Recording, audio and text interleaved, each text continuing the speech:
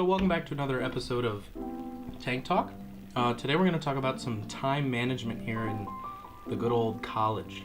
Now, a lot of people have different methods, so I actually don't really have any kind of form of time management. Boy! I just kind of do it when I have free time. Boy! Occasionally that means I do it at 1 or 2 in the morning, which isn't necessarily the best option for a lot of people, especially someone like my roommate who has 8 a.m.s sometimes. But since I'm lucky enough not to have class until 1 most days, it's not really a big deal if I stay up till 1 or 2 in the morning. Boy! It's given me a lot of time to, do work, but also I'm constantly tired, and it's like I'm not paying attention in class as much as I used to because I'm so tired. Advice for some time management? I don't know, if you're into the planner type of thing, get a planner. If you're into like setting reminders on your phone, that might be a great option for you.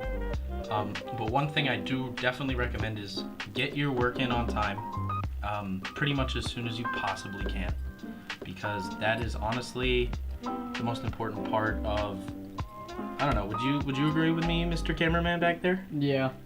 So like, get it in on time or as close to on time as you possibly can, because that's just how you're going to maintain good grades throughout your semesters.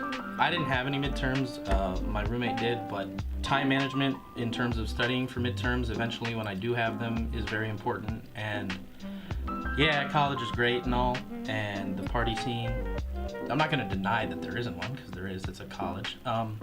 As fun as that is, you got to put time aside to study, because you're really here to learn for, I don't know, the real world and life in the future. And when it's time to study, it's time to study, and that's just how it is.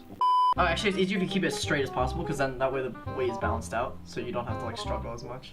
So for my schedule, it's a little bit different from Alex's, because I have all my classes are in the morning. So that means I get up theoretically at 7 every day. A lot of times I miss my 8 a.m. That's just the thing, don't skip class. I've missed my 8 a.m. 6 times already, which is bad.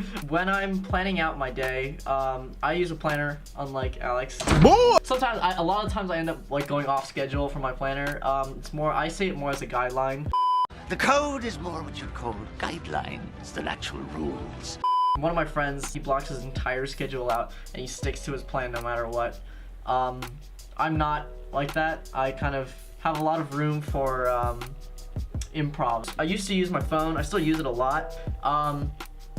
It's just like a general schedule, like do this at this time, or you should be doing this at this time. But I recently switched over to paper and pencil, this other thingy. There's not much in it right now just because I just got it 3 days ago.